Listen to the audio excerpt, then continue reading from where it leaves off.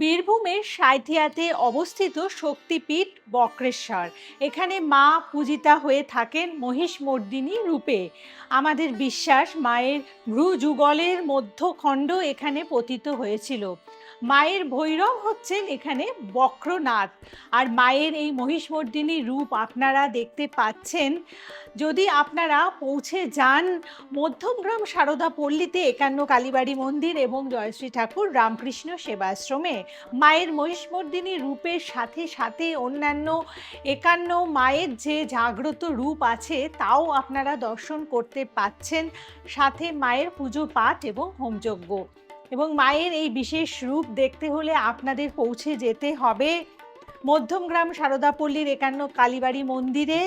যে মন্দির রয়েছে সেখানে সপ্তাহের যে কোনো দিনে সকাল 10টা থেকে দুপুর 2টোর মধ্যে বা বিকেল 5টা থেকে 8টার মধ্যে। তাছাড়াও এখানে আপনাদের জন্য বিশেষ দৈব প্রতিকার তৈরি করা হয়ে থাকে, যে দৈব প্রতিকার আপনাদের হাতে তুলে দেন মন্দিরের যিনি সৃষ্টিকর্তা রয়েছেন জ্যোতিষ অধ্যাপক জয়দেব শাস্ত্রী, প্রতি বৃহস্পতিবার এবং শনিবার করে সকাল 10টা থেকে 2টোর মধ্যে সম্পূর্ণ বিনামূল্যে একেবারে উপহার স্বরূপ।